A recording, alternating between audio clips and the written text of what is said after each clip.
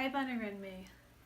This has a very special place in my heart because it's a very warm-hearted story, it's a very spiritual story, and it's a very imaginative story.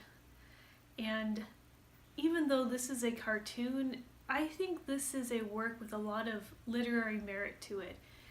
This is up there with your George MacDonald Fantastes and your Dostoevsky, the Brothers Karamazov. I think in terms of the world that it builds and the way it integrates these philosophical themes of life and death and community and spiritual fulfillment together. So I just love the way that this is an anime, and I think that this is really a great artistic work.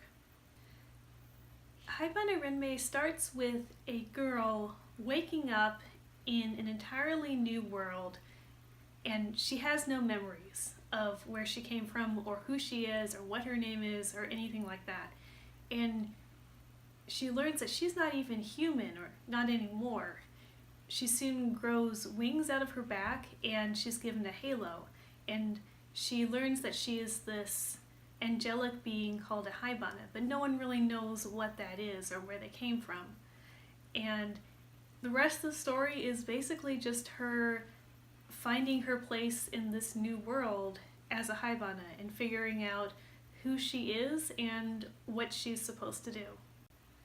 Haibane Renmei was directed by Yoshitoshi Abe, who is known for his more experimental, kind of out there, kind of thought project works like Serial Experiments Lane, which is kind of about the disintegration of society and humanity in the wake of the internet. However, I would say that among his works, Haibane Renmei is probably the most straightforward from a narrative perspective and probably the most easy to access for that reason. This anime does have a slower start to it. The first 5 episodes are really just the main character learning about this world in an organic way, and you learn about her friends and what they do and what they're good at, and there's not a lot of big conflicts. You feel that she's pretty safe in this world and pretty much everyone is really nice to her.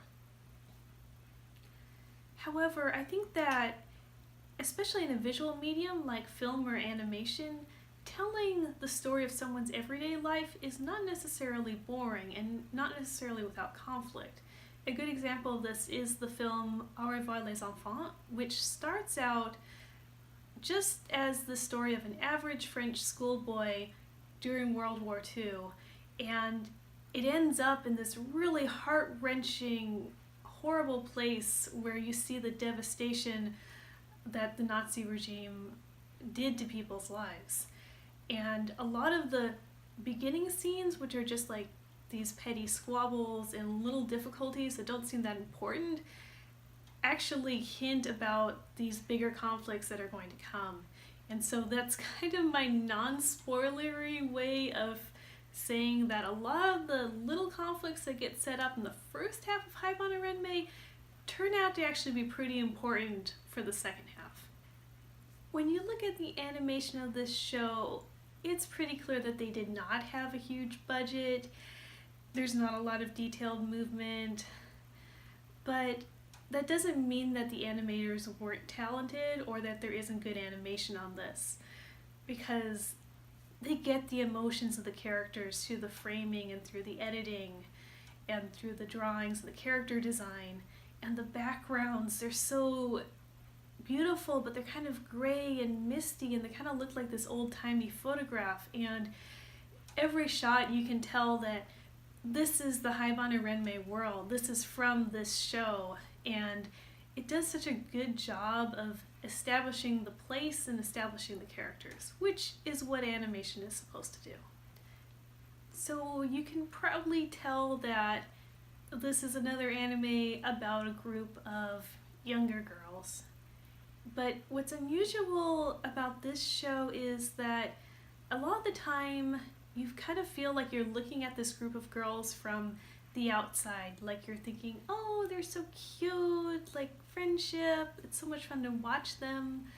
But in this show, I kind of feel like I'm on the inside. I'm becoming a member of this really tight-knit community that these girls have made living in this dorm together. And maybe that's just because I remember being in college and having a lot of female friends and those being my most important relationships, and kind of navigating when you're stuck together with people, but then you also sort of have to form individual relationships organically within that group. So I really like how this show does that, and I don't feel a whole lot of moe from the situation. I just feel like I'm watching the lives of ordinary people. I would recommend this show for a slightly older audience, like maybe 13 plus, because it is a very imaginatively rich, thematically rich, philosophically rich world that I think is probably going to be a little bit too slow paced for very young viewers. There isn't a lot of violence, there's nothing graphic in this show, but they do go to some dark places, and there is some violence such as self-harm, even depression and suicide implied in the story. So it does have that heavier edge to it.